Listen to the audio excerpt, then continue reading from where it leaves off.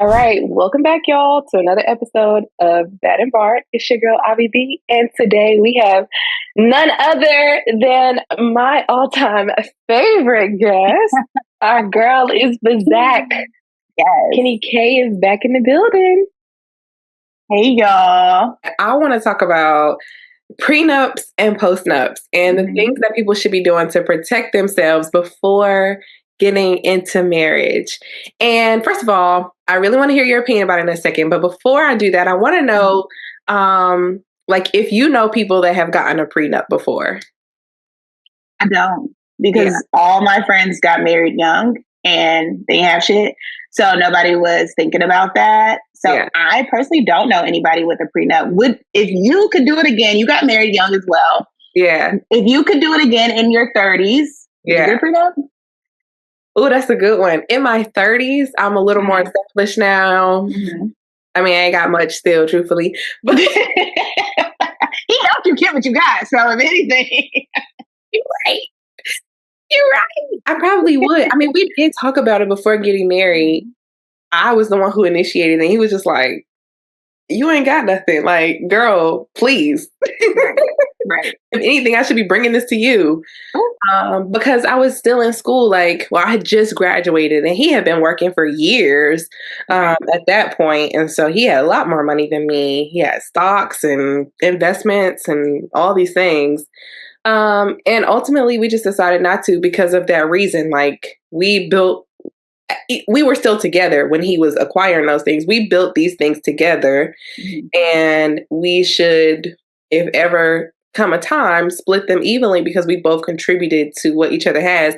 But if I were in the world right now dating, the answer to that question would be yes, I would. I would want to protect the things that I have as a 30-something, as I feel like so should you. You should, because I'm not dating no broke niggas, obviously. If you come to the table with something, you should want to protect what you're bringing to the table too. Mm-hmm. And so I feel like it shouldn't be a problem, but some people get really offended by that conversation. So, yeah. Well, here's my thoughts about it.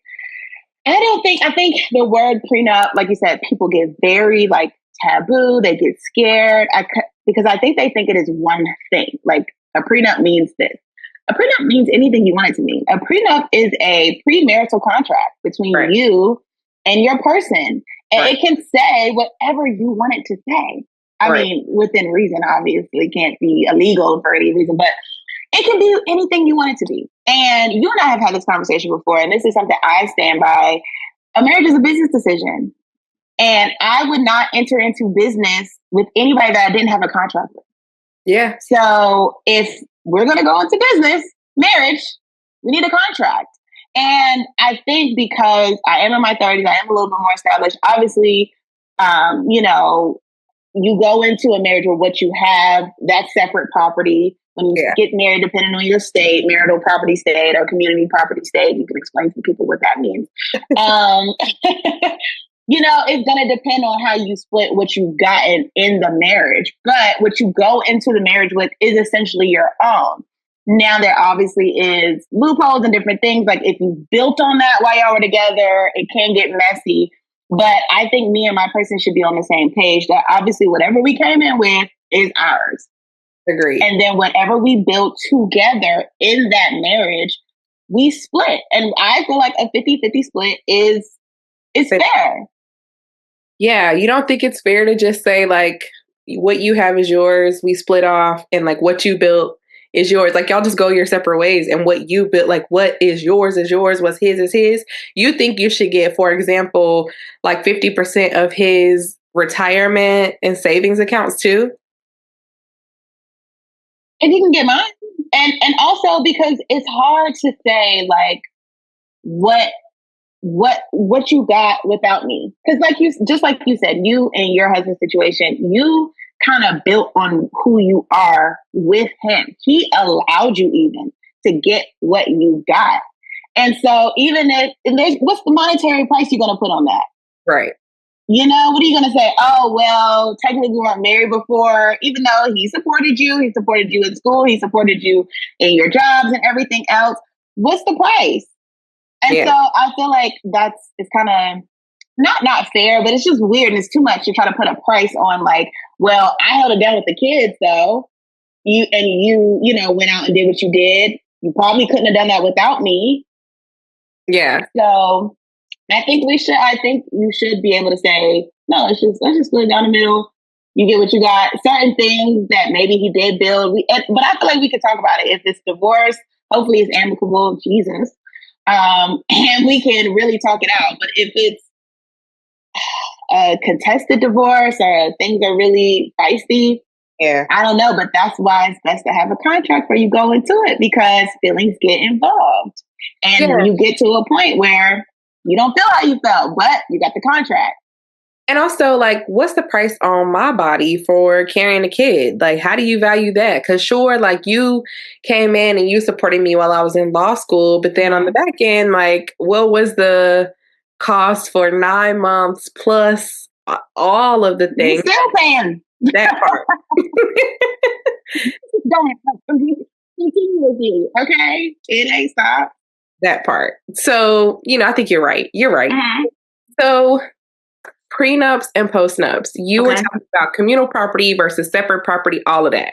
Mm-hmm. So before I define those terms, let's talk about even what a prenup is for anybody that may still be living under a rock or something. So a prenup, like you said, is a contract. You said that marriage is a business. I ain't say that, but I feel you and I see that as a valid point. I get that. I think of it, obviously, like, I'm a Christian, and so I see it from a spiritual point too, like biblically what marriage is and what it's supposed to be in terms of the embodiment of Christ. But, without all of it, without the spiritual aspect, yes, I get your point.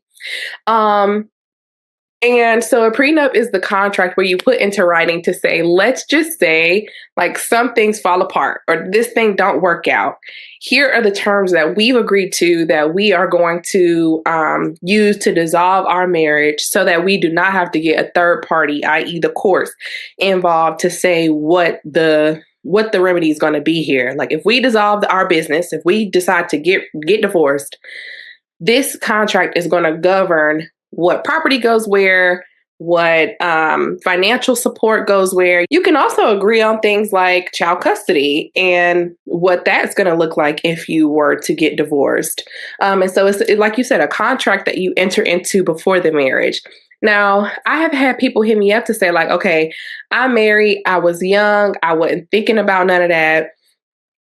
It's been 10, 15, 20 years, and the person that he was back then or the person that she was back then is not the person that they are now. Is there anything that I can do? We're not ready to get divorced yet, but is there anything that I could do to protect myself and to protect my assets? Because it's been, some time and we've both accumulated things and we wish we would have drafted a prenup beforehand. Is there something I could do now to come back and protect myself? And, yes, the answer to that question is yes. At least in North Carolina, I don't know about all the states, but you can enter into a postnuptial agreement where you are married. But you say, again, just in case stuff hit the fan, stuff go left, this is how we're going to dissolve the marriage. This is what it's going to look like. Mm-hmm. And again, I think it's something that both people should have an attorney look at before, just signing on that dotted line. But some people don't. Now, what happens when you don't have this contract is what you were getting at a second ago. When you don't, and you decide to go and file for a divorce with the courts, and when it's time to split assets up, split up property, vehicles, whatever it is that you all have accumulated, including your retirement plan, pension plans, all those things get divided up by the courts. And in North Carolina, we use the 50-50 rule pretty much. We use marital property where we look to see what you had before you came into the marriage. That's yours. When you get married, the date of the marriage is the date that is used to determine what will be considered marital property. Yes, that's coming back to me now. Mm-hmm. Then on the date of separation, not the date of divorce, but the date of separation will be the bookend of that. So whatever is acquired between the date of marriage and the date of separation is what the court is going to split amongst the parties. And then, of course, what you acquire on the back end of that will be your personal property, where you're not splitting it. And for some people, that can be a challenge because I know people who've really fought over that. That causes a lot of drama in the courts. Why should you be entitled to anything that I worked hard for? But like you said, I was supporting you along the way. Right. There are, women who walk out of a marriage with nothing. We see that all the time because they didn't have a prenup. They weren't working. They were stay-at-home moms. Right. And they get left high and dry. Now they ain't got no skills to transition into a job, trying to get alimony and support and all these things. And ultimately get the short end of the stick. And so, like you were saying earlier, in terms of it being a business deal, you need to protect yourself before. And if you didn't do it before, it's never too late. Right.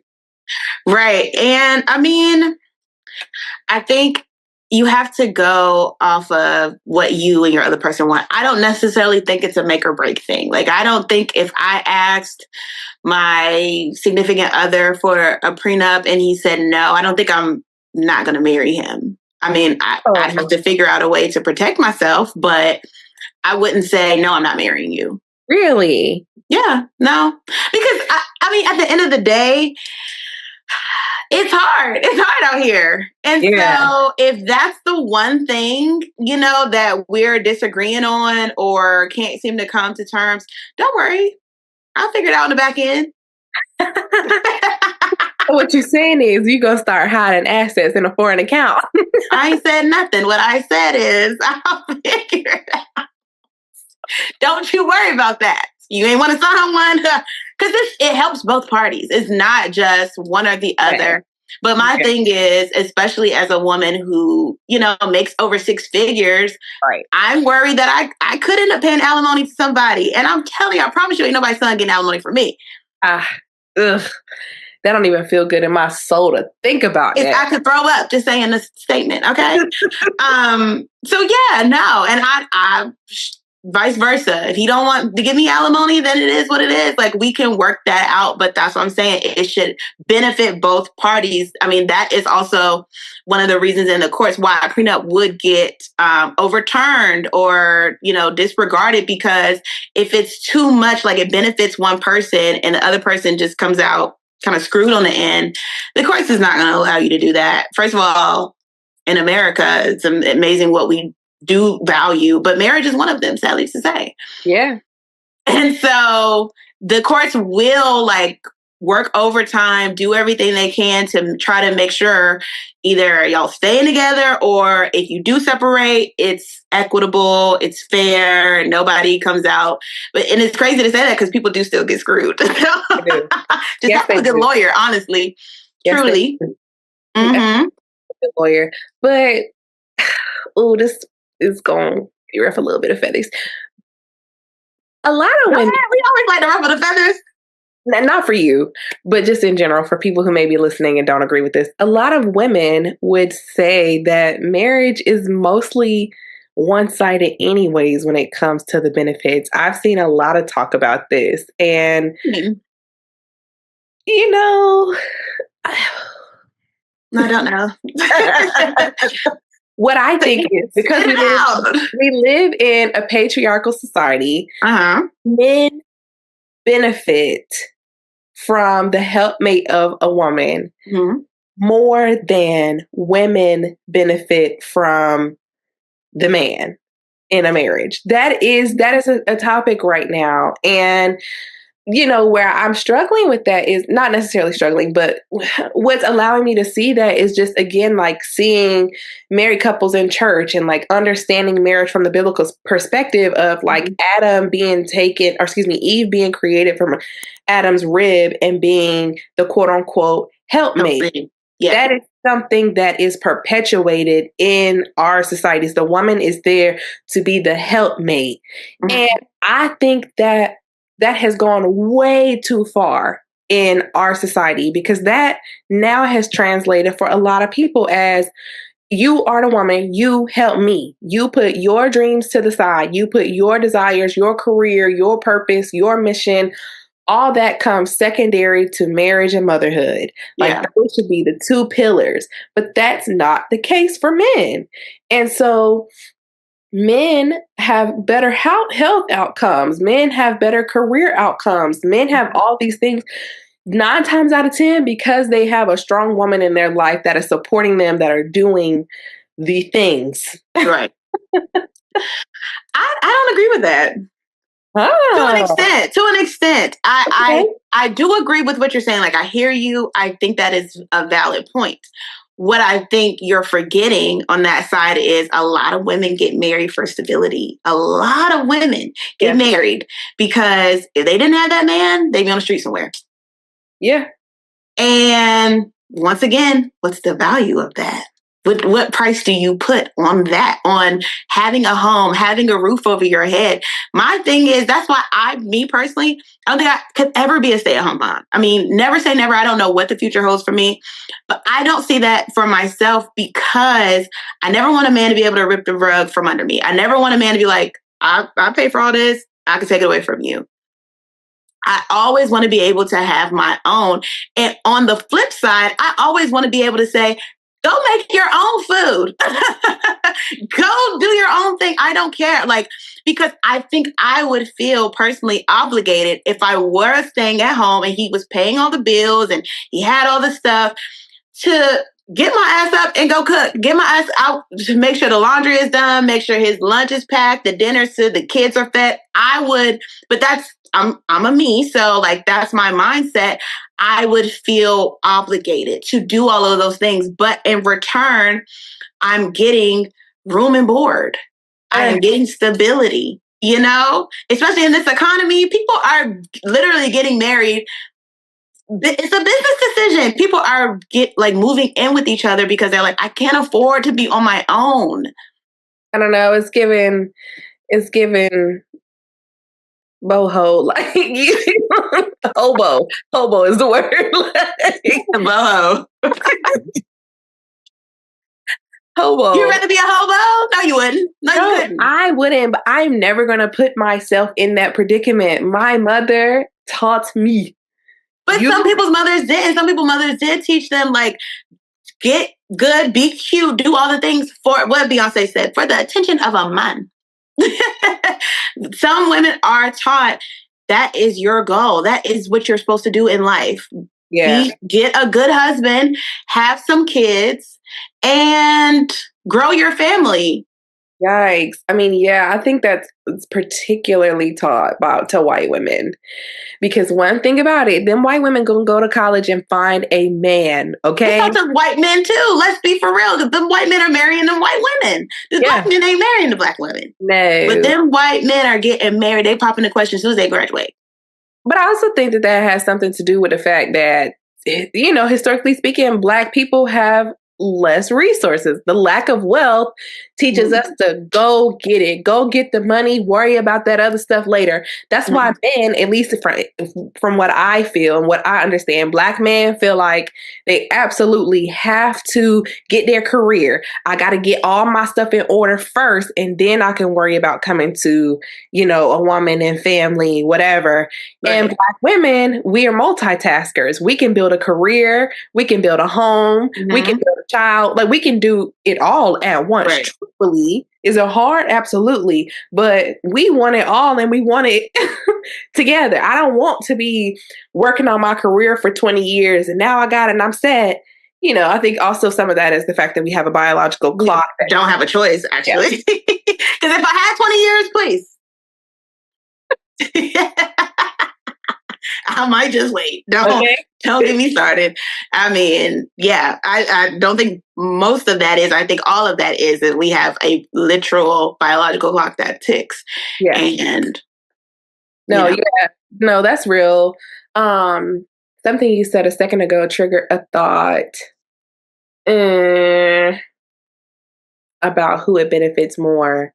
But anyways, I think you're right. Like there are a lot more women. I think of things from my like soul perspective sometime, my little bubble, because let me pop it for you real quick. I don't hang with hobos. So but there are a lot of hobos out here.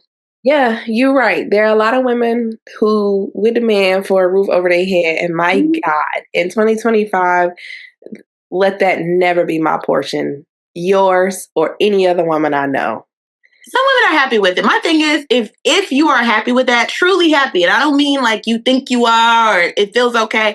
I mean, if a woman is truly happy in that space, then yes. Because I saw a TikTok video and it was a woman who was like, I'm not a trad wife. Like, I work, I do this, I do that. We don't have kids. And people were bashing her, but like, technically that is feminism. If you're a feminist, then you want everybody on the spectrum. Like, it's not like, oh, you only a feminist if women can be who they want to be and be equal. It's all of it. A woman who wants to be kept and a woman who wants to like have the babies and sit at home and be the homemaker. That's feminism too. You have to accept that a woman is happy in that space, as well as all the way at the other end of a woman who's like, I don't want no man. I don't need no man. I'm gonna do it all by myself. Yeah, I can respect that. And I think feminism about choice, like what you said a second ago. It's just that for the women that I do know who have chosen the trad wife life, they're not happy. They're all miserable. Yeah, like, they're not happy. I thought I wanted this, but I have no identity separate and apart from this man. Who am I? They don't like themselves because their whole purpose and function and identity is to be of service to somebody else. Right. You look up and whether that's in 5 months or 5 years, you don't even recognize yourself when you look in the mirror if your whole purpose and existence is to be of service to somebody else. Right. And so that's just where I struggle with it at. But you're right. There are some people who I think that is their calling. They are meant for that and they are happy in that. And if that's the case, then like you said, that's your purpose. Walk in it, sister. Go right on ahead. Could never be me, but go right on ahead, Bookie. Love that for you. Not me. So let's get back to the topic on dating and dating in your 30s. And what that experience is like. We all know that what's the saying y'all be saying, that the dating pool got a little bit of piss in it? Pee, poop, tapeworms. I don't even like it's anything, everything. Yikes.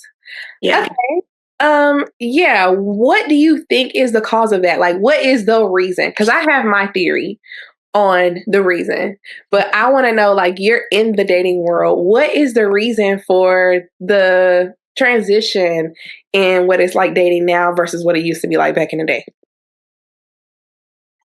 I'll be honest with you, and this is maybe a hot take, maybe not, but I don't think it's anything different.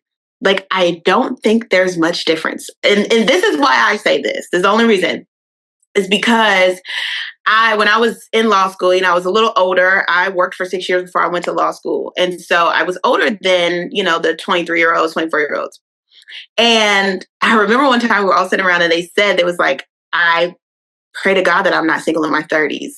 And I was 30, sitting there looking at them like stupid. I was like, okay, like, ooh, and it was no shots at me. And I understood that, but it was hard not to take that a little personal. But my thing was, and so I asked him, I said, listen, I get it. I'm 30. I probably said the same thing at your age. Like, I don't want to be 30 and be single. I said, but you're essentially in the same dating pool that I am. We're not dating different people. You might be dating a couple younger guys than I am, but we're in the same dating pool. Right. And I'm like, is it not terrible? They're like, yes, it's terrible. I said, yeah, so what do you think? I'm good. Like, what? It's no different. It's no different at 23 and 30 and 35. Yeah. It's shit. Now, why is it shit? I could not tell you. That is, I think I would rack my brain too hard, and therefore I don't think about that. Like, I don't know why it's so bad. I do think it could be simpler, but I don't think it's changed. I do think some men, and a lot of women too, some of the mindset has shifted. But for the most part, I think that's why there are a lot of single Black women.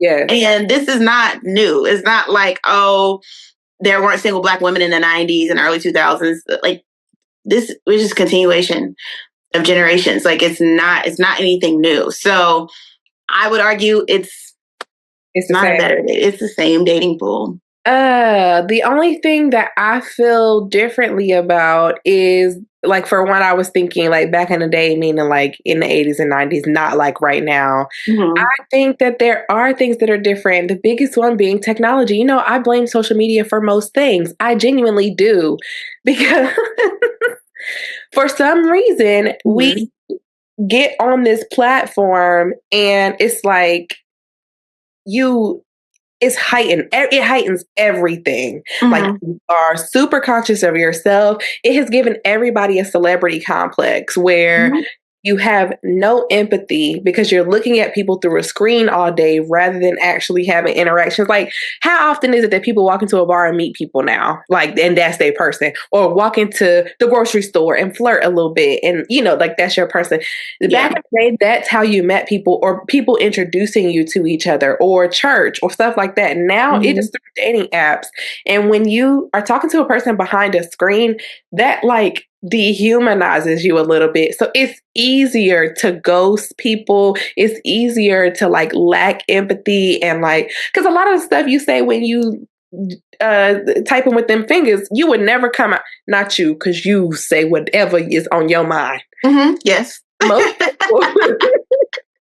didn't think you were talking to me. I knew you were talking to me. Most people are not saying the things that they would say through a dating app. Like, would you walk up to a person and say, hey, show me a titty? No, but these men on these apps be like, send me a titty pic. And it's like, excuse me? Just think the venue has changed. I don't think that meant that they were better just because they didn't have social media. I think back then maybe they waited till they got on the date with you to say, show me a titty. Okay? And now you wasted time. So I thank God, honestly, because sometimes it's quicker to move through the process and kind of, get who's bad, who's good. I will say it does make you a little numb. Yeah. Because you are going through so many people. So if you might be missing your person in all of this. Yeah. But I think with the lack of technology back then, I mean, what happened if like they exchanged numbers and then they lost it? Then they didn't see the person no more. Like, you know what I'm saying? I don't know if it's helped, if it's hurt. I think in every generation we face different issues, but I think ain't nothing new under the sun. I think people are people. I think however they did it back then, it was just different. Now, I will say for what you mean as far as social media, like you see all these options. I know people say a lot about that as far as like, oh, it seems like it's so many options. And maybe the options didn't seem like so much back then because they didn't have it at their disposal. Right. But does that mean that they were a good husband? You also have a lot of history of men just upping and leaving because they're like, oh, I figured out. It took me me 5-10 years to figure out that there was a girl up the street that would do whatever I want, but they left. I think we have less instances of that these days. Yeah. Because I do feel like once a man gets married, he's been through all the things. He's like, look, I'm tired of y'all. Y'all, I got me a good girl. I'm sticking with that. Yeah. And it makes them stick around. But back then you had a lot of instances of men going to the store and not coming back. I could see that. I hadn't considered it being a positive aspect from the point of like, I'm weeding out all the nonsense. Like I could just swipe. I could tell he ain't about nothing. I could see this. I could read everything about him. Swipe. Like it would kind of be like back to the dating coach situation. Like if I was sitting down in front of a dating coach and they brought me like the dating resumes and I could just weed them out one by one. So I could see that. I think,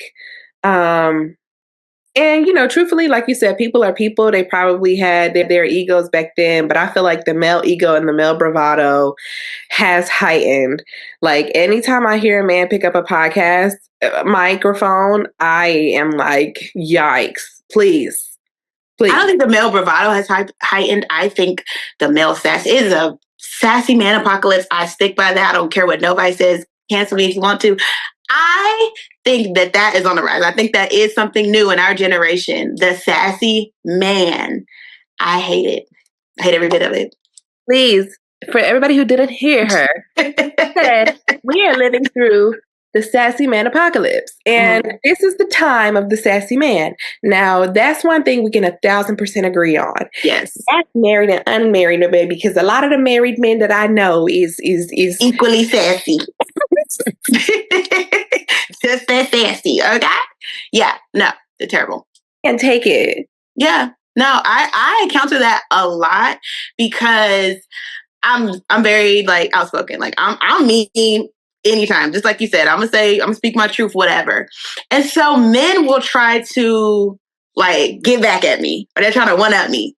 Mm-hmm. Or like I had one guy, was talking to me crazy, and I was like, "Don't talk to me like that. Like that's you're rude. Don't talk to me like that." He's like, "You got the most mouth." I said, "You want to be me? Oh, you compete with me? Is that what we doing? You want to talk like I talk? Why would you do that? Be yourself. Be you." It's like, but they want to come back at you. And I don't know if it is once you're a woman who, has certain degrees, which a lot of us Black women now, we have multiple degrees. And so I do think, obviously that's another conversation I feel like we could go into for days. Mm-hmm. But I do think there's some intimidation factor there. Black women are being educated at a higher rate than we ever were before. So maybe it has led to some male intimidation, and that has presented itself in a sassiness that we ain't synced before. Well, I feel like it's not about him trying to one-up you or these men trying to one-up you. I feel like it's them trying to humble you because, oh, you got all this. You think you hot shit. Let me tell you why you hot. Yeah. And for some reason, like, I feel like that's the thing that's in Black culture in general. I don't know, because I never dated anybody outside of my culture. Mm-hmm. But I feel like that's a thing with Black men and Black women. Oh, like your head getting too big. Let me bring you down a couple of notches. Let me point out a flaw with you to bring you back down to make you subservient to me because I see you better than me. And it's like, nah, I really am better than you, though. But I'm actually better than you. So if we want to be real, I am actually better than you. I mean, I don't think my degrees makes me better. This is my thing. So I'm not even that person. I'm mouthy. Don't get me wrong. I'm mouthy as hell, but I was mouthy. I had a mouthy in high school, in elementary. Oh, the degrees. Without the degrees. I don't need degrees to have mouth. I got it. Okay. Came out the womb talking junk. To me, but I think because of the degrees, that's what men think it is. Like a lot of people, I tell people this all the time. I'm not this way because I'm a lawyer. I'm a lawyer because I'm this way. Okay. This is how I am. This is how I've always been. But they will oh, you like to argue. That I see why you a lawyer. I actually was arguing before I went to law school, but I mean, that's neither here nor there, And so I think that triggers to them when it's like, I didn't put that on you. You came into it with that. Yeah. Yeah. I've gotten that my whole life. You're so intimidating by men. Like men have told me that my entire life. And it's just like, why? Because I speak up for myself. Like, yeah. And why is that considered not feminine? Because I speak up. Aggressive. We're aggressive women. Yeah, I've been told that my whole life. And I'm like, no, I'm assertive and I'm not going to let you play in my face. And that's just that. Right. And it takes a strong man who's self-aware to be able to deal with that because society says that women are supposed to be meek and mild and we're supposed to accept whatever conditions are given to us and just be grateful and thankful for it. You shut up, you don't complain, and you say thank you. And that's just not me. Yeah. When I say that I'm better than you, it's not because I have a degree or 2 degrees. It is because you are a terrible person. Mm-hmm. Like your personhood sucks. You're You're actually a terrible human being. That's crazy. Yeah, that's what I mean when I say that I'm better than you. Like it's because of no degrees or no money or whatever. No, your insides are yuck. They're disgusting. Yeah. And so I think it's just hard when you're a woman who you've achieved, you're a Black woman, it automatically comes with these stereotypes already. But in reality, I don't want to be those things at home. I want to fight all day in court. Yeah. I want to lay it at the door when I walk through the door. I want to be a soft, broken, meek, mild. Yeah. I do. Yeah, I literally just told one of my guy friends that yesterday, or not yesterday, it was the other day. And he was like, he said something to me and I was like, why are you being mean to me? And he was like, well, you be liking that. I'm like, I actually don't. I actually like when people talk nice to me. I actually like for people to be sweet to me because I feel like then that brings it out of me. We are in not hostile, but adversarial jobs. That is the nature of the job. There is another side. There are two sides, and you're on one of them. And so sometimes sometimes it's collegial and the opposing party is nice or whatever. Sometimes they're an asshole. Absolutely. You gotta be an asshole back. And so it's you don't just drop that at the door when you come home. It does not just melt away when you walk out of the office. It is on you. But you need a partner. You need a person who can say, take some of that armor off. Give that to me. Yeah. And just be soft. And we would love that. I mean, you have it. I don't got it. No, actually, I don't. Actually, I don't have that. That's actually one of the biggest challenges in my marriage. Because when I am working, Dan is like, you're so angry. Like, you are so hard. Mm-hmm. Where is the soft, feminine version of you? And then on the weekends, it's like I just melt. Yeah. It's when I'm working and I gotta then get off work and then do all the things. It's like hard for me to. But you also work from home, so maybe that is a part of it as well. I think so. I think but whenever I'm on Christmas break or break of work, he's like, that's the version. Like, I want that version of you. And I'm like, okay, well then make it then so I don't have to work so much then. I can't go to work and fight all day in this same house and then just walk out the door and be different. It doesn't work that way. You need to find yourself in an environment where you, one, feel comfortable to do that. Like, the world ain't nicer to you than opposing counsel can be sometimes. Like, sometimes the world just itself is hard. Forget the job. Girl. So you have to consistently be that way. And it takes a strong person. It takes a very strong man. I don't make no qualms about that. It's going to take a strong man to come up in here and do some things. Okay? But I saw this Jill Scott interview and she said, if you could tell me what to do, then you can tell me what to do. And that's how I feel. Can't a man tell me what to do until a man can tell me what to do. Okay. And I'm going to do it. I'm going to shut up. I promise you I will. And that's also, she said she don't want a puppy. She want a big dog, pretty much, for anybody who's listening. Mm-hmm. But that's also why I'm so sorry. You have to make some money because you're not going to come in here telling me what to do and I'm the breadwinner. It just is, I almost would laugh in your face. I'm so sorry. Like, and I would hate to do that. It's for your protection, honestly. I can't hear you. Are you telling me something, Brokey? It's for your protection. Yes. I had a guy, I don't know how long we're going to be talking, but girl, we talking. So I had a guy not too long ago. He lived at home. And I was like, okay. And I get it. Everybody has their reason for living at home. This is a judgment-free zone, for real. While it's a judgment-free zone, that don't mean I'm going to date you. Okay? I didn't say we could date. And then the reason why, because he said, what did he say? Oh, he said he was about to move out like a year or two ago. He got into a car accident and then he had to buy a new car so he couldn't move out. Okay, well, it feels like you don't make the best financial decisions. And so, therefore, in this space and time, we can be friends. And I told him that. I was like, I will be your friend all day long. I have no problems with that. I will not date you in your mama's house. Yeah, because if I want to cuddle, I got to come over and disrespect that lady's house. Or you got to always come over here. You're not always going to be up in my house, up in my space either. Yeah. And my thing is, you yourself should be focused on other things. If that was your dilemma, buying a car or moving out, and I'm not saying getting a house, I'm saying just simply moving out and getting an apartment. Yeah. If that's your dilemma, which is a lot of people's dilemma, that's what I'm saying. It's a judgment-free zone. But also, that means you always probably one paycheck away from not making your rent.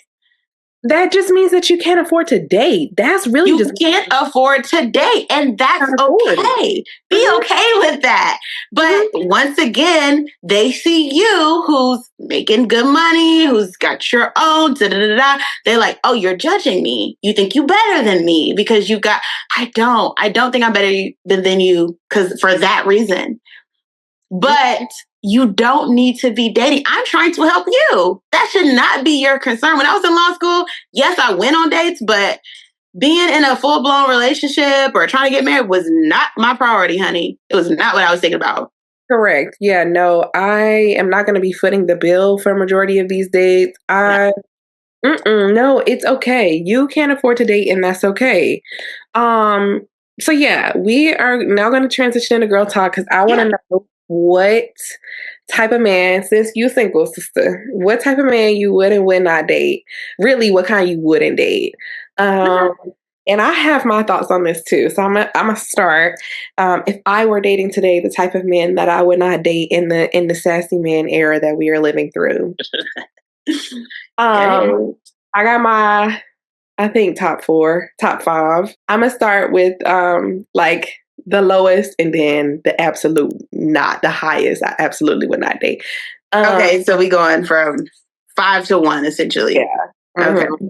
First one being the men with the colored in beards and the colored in hairlines.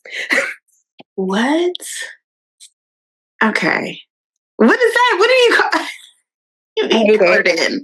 You know, like when they spray on the beard.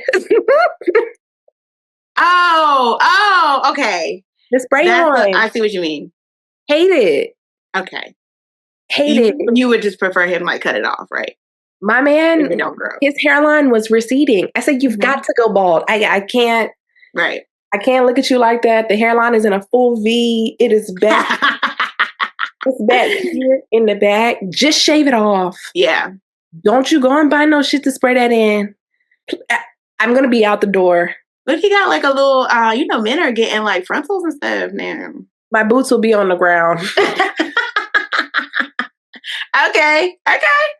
Go ahead. Are two-stepping out the door. Don't spray no beard. Don't spray no hairline in. Go ahead. All right. What's number 4? Men. This is petty. Men that are too big and buff. Like, you ever seen a man that's so big and buff where it looked like it hurt? Like almost like bodybuilder type? Yes. Don't like it. It looks painful. They got veins, like the veins be popping out. Mm-hmm. I don't like that. It's one thing to be a bigger man. You know, you big and strong. You got muscles. You're fit. Mm-hmm. But like the bodybuilder physique, hate it. It's too strong. Okay. I don't like it. I don't like it either, but not for that reason. So I'll get back to it when I. Well, I have more thoughts on why I don't like it too. I don't like the bravado that comes with bodybuilders. Bodybuilders. Mm-hmm. Their toxic masculinity is like through the roof, like insufferable. Like they own something, probably. Yeah, you're right. You're right. The ones that I've had as trainers, they are terrible people. Yeah, I got into an argument with one of my male trainers who was a bodybuilder. Mm-hmm. Told me that the girls in with the R. Kelly thing, the R. Kelly situation, it was the girls' fault. They shouldn't have been so fast. And yeah, so bodybuilders, men that's too big and buff. If I were to date in this world today, thankfully, yeah. The next one, metrosexuals, men that's a little too dapper. That's just not my type. This is not a shot to anybody who's into that. It's just not my type. I'm from the country. I grew up with men whose hands was a little bit dirty. Now they wash them and they get clean. Their nails is clean and stuff. Not no nasty nails, but like they didn't take longer than a woman to get dressed. Right. I don't like that. Like, you too into your fashions. I want a man that can dress and that has swag. Okay. Mm-hmm. But when you start getting a little too into it and you Dapper Dan everywhere. This is why they hate us. I want a man that can dress, but just not too much. Yeah, like it's a spectrum. You can dress, you fly, you got some swag to you versus you in the mirror, like checking yourself out like, I ate that. Okay, ew. Okay. Don't like it. The metrosexual thing just seems to be on the rise right now. Like, that's part of the sassy man. Men wearing heels or like clogs. Why do you have those heels on? I don't like men who wear Uggs, personally. And I don't mean like what they got, the Tasmans or talismans. I don't mean those. I mean like Ugg boots. It's men that wear Ugg boots? Yes. They're straight? Yes. I had no idea. Mm-hmm. Hadn't seen it. No, I would hate that too. That would be in my box of metrosexual. All right, what's number 2? Number 1 and number 2, I'm just going to bring them down into one. Okay. It goes into that same category, but male content creators. Okay. There's a caveat to this though. So like if you are a content creator as a man and you want, like, I'm gonna give you an example. Fawn Decor. We went to undergrad with him. Fawn vibes. He like is just posting the popping spots, like the places in the city. That's okay. That's one type of content creator. Okay. So I'm gonna give you a pass for that. The men who are back to like the metrosexuals and posting their fits. Yeah. And like, get ready with me. Come with me to Target. It's posting up the cameras in different angles, getting out the car to put their little stick up, selfie stick, and then dropping off so we can see their car, that they drive a nice car, and then getting back in and grabbing the stick and then giving us a different angle. Because that's what it takes to get that content. Don't build a house. Yeah. I'm so sorry. I hate it. Like, I actually hate it. I came across a content creator the other day, and he was married. And I was just like, the only thing was that I could think was like, wow, I feel so bad for his wife. He's so into himself. I wonder if he ever tells her that she's beautiful. And yeah. And then I'm gonna say the last one. I'm not gonna lump them together. And I realized that I'm speaking very judgmentally, and you married, so don't matter. The last one, I just want to be what podcasters. Men, like that's kind of same as content creators. Yeah, I will put them in the same category. I want to defund male podcasts. I genuinely do. Unless you're talking about like sports where y'all talking about some stuff that I don't care about, or like getting money, or golfing or something that's in your lane. Once you get up there and start talking about women and dating and things that's women's business, hate it. Immediately unplug the mic. Unplug it right away. But they feel that way. Cut the camera. That's what they would say. That's how they feel. With or without that mic. Cut the cameras. I don't want to hear it. We don't need to platform it. Because it's just like, why are you talking? Okay, and one more, because I just thought of another one. What? Pastors. Ugh. Love my pastor down. Love him down. But for me in my house, I just am not built for the first lady life. It just does not look appealing to me. And I enjoy like a little margarita or something too much, and I couldn't have people being like, I see you first lady at the bar, please. And that's you as a PK. So I know the life firsthand, so that's why I genuinely could say I would not want that life. Like, I could not live that life. I've seen it. I grew up in it. No. Not for me personally. But also because people are like, when you're the first lady, when you're the pastor, people call you at all times in the night. Like, you are the go-to. You're the direct line to God. That's how they feel anyway. And so, like, you always have to be on. You always have, girl, you know me, I put my phone do not disturb. Please, I don't want nobody calling me on any good day. All right? Even you. Please. So yeah, I just, for all of the reasons, for any reason, I also probably could not date a pastor.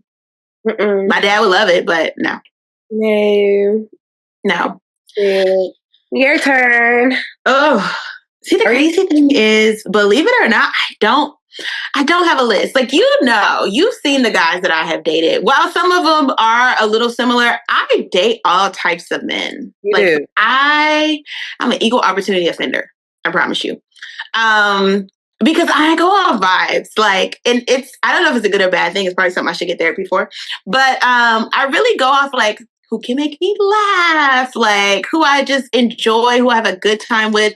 And that looks so different, like across the board, because I have a lot of different sides of me. Like I can be like weird and quirky, or I could be like, ghetto hood, get ratchet, or I'm a suburban girl. I grew up in the suburbs. Like, so I have a lot of different sides to me, and I find different men that appeal to various sides.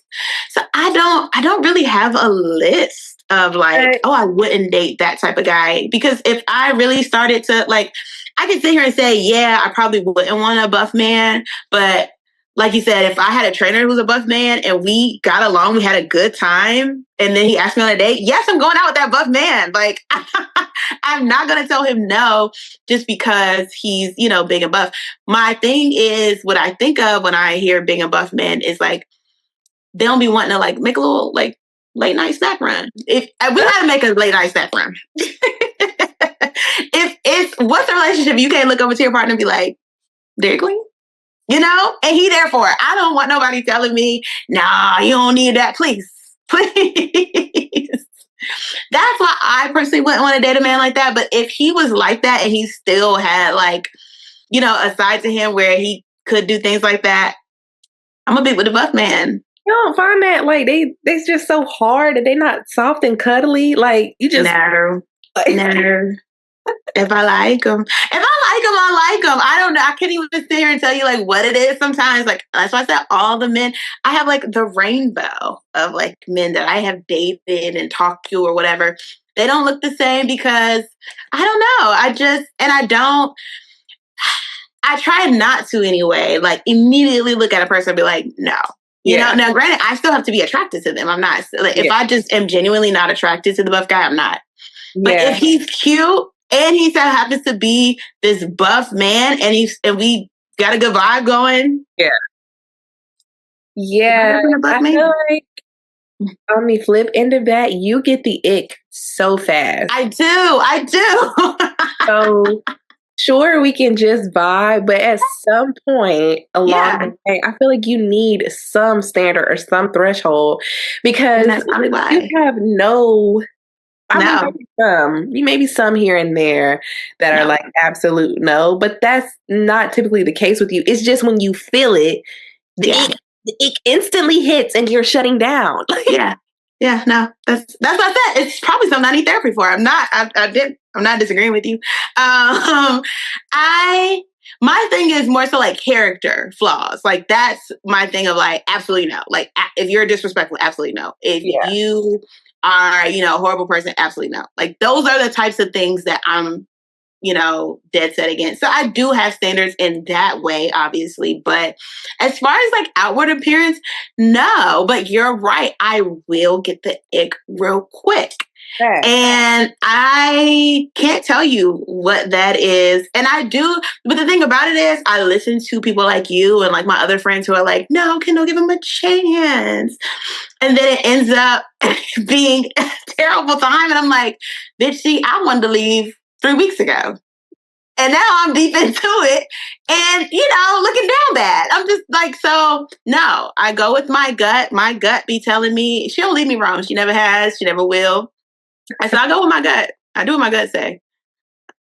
Truthfully, honestly. And I'm going to keep doing that. It kicks. I feel like at that point, like you mentally tap out and y'all could keep dating a little bit, but it's still going to be in the back of your mind. Like you can't just forget it.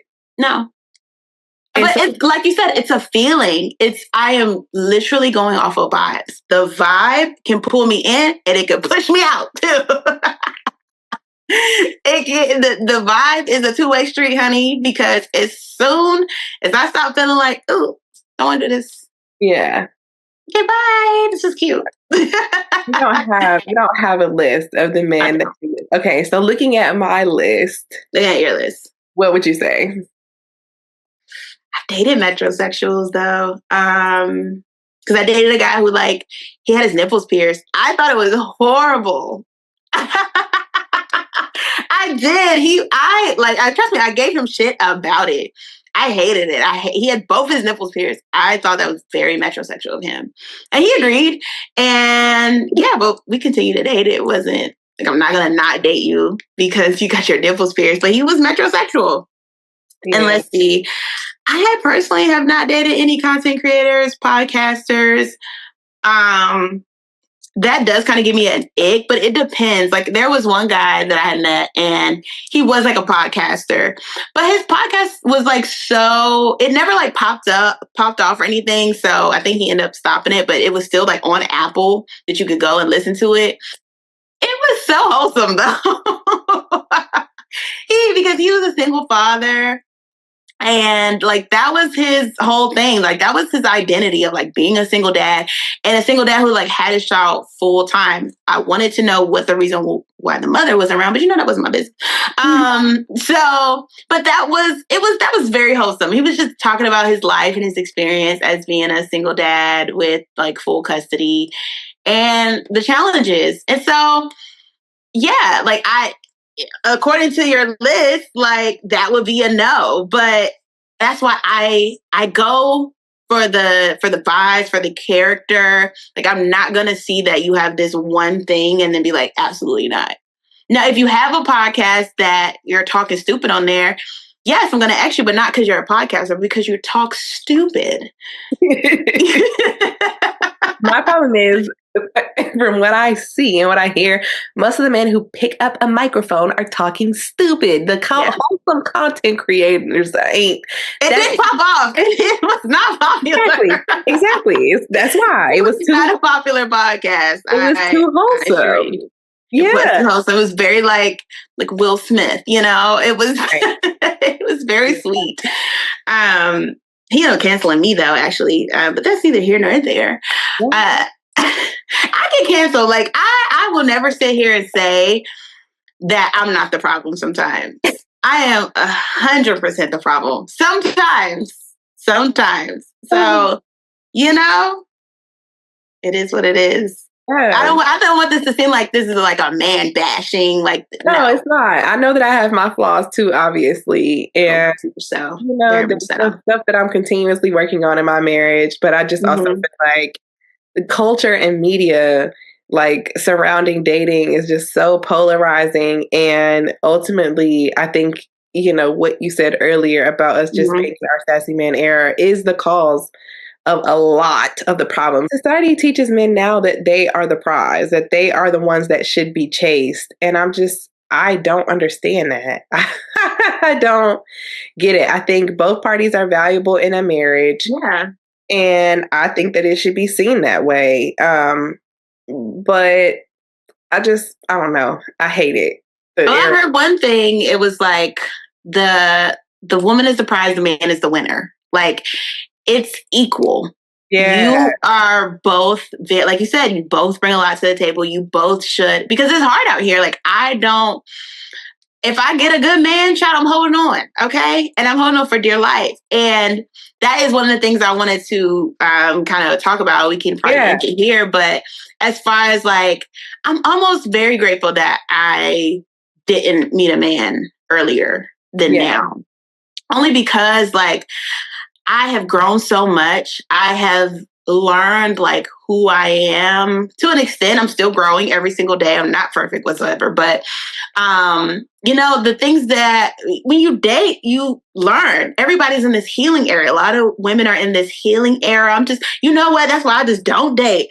How are you going to grow if you're not dating? You can't grow by yourself. Like, obviously, if you have inner work to do, then you should be going to do that with a therapist. But you're never going to learn how to effectively communicate if you never talk to anybody. Yeah. So you can't sit here and say, I'm in a healing area, so I'm just not dealing with anybody. You have to put those things to work. You have to date. You have to like go through the process. It's hard. It's not easy. I will say there are times I'm like, you know what? I ain't talking to nobody. I take a little hiatus, and that's fine. We need hiatus from all the things that we indulge in. Social media, like bad food. You need breaks. Yeah. And so I'm grateful to be in my 30s and being able to be like, you know what?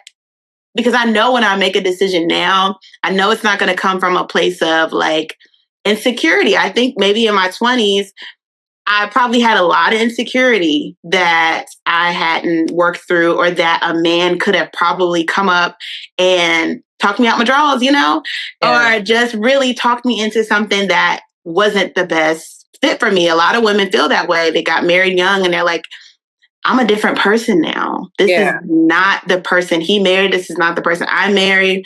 And so it's less likely that that's going to happen the older you get. It's not impossible, but so I think when I do it, I think it's going to get done right. Yeah, I agree. I agree 1,000%. You've learned, you've grown, you have so much more time to figure out what you like, what you don't like. And that is like personality wise, sexually, like in all the realms, you've had time to learn and explore to say, okay, these are things that I like and don't like. And I think a lot of the reasons that marriages fail, I think the marriage rate in the US, or the divorce rate, is like 50%, is because in addition to getting married young, like, we don't consider what it looks like to grow and change.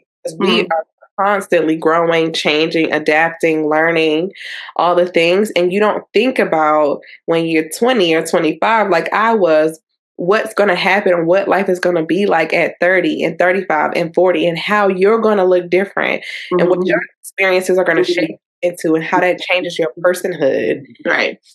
And so can we grow together through all of the life changes, or are we going to grow apart because you're not the person that I married, is the question that I think a lot of couples are grappling with. But yeah, this has been fun. This has been a little too real for me. I feel like too real. If somebody heard my list, I probably would get canceled today. But you married? Who cares? Who cares? I genuinely don't care. A group of men that I know that like to hate on me that probably will be talking junk about me, but they'll hate on you regardless. I have so many trolls. When I tell my dating stories, the men troll me real bad. Yeah, I delete them. I block them. Keep hating. Keep hating. Take it in. They be the first one watching though. Watch. They gonna be the first ones on there. Okay. Thank you so much for joining me today. So yeah. Been good, and can't wait for you to come back. Anywho, thanks y'all for listening to another episode, for tuning in. We'll see y'all next time. All right. Bye.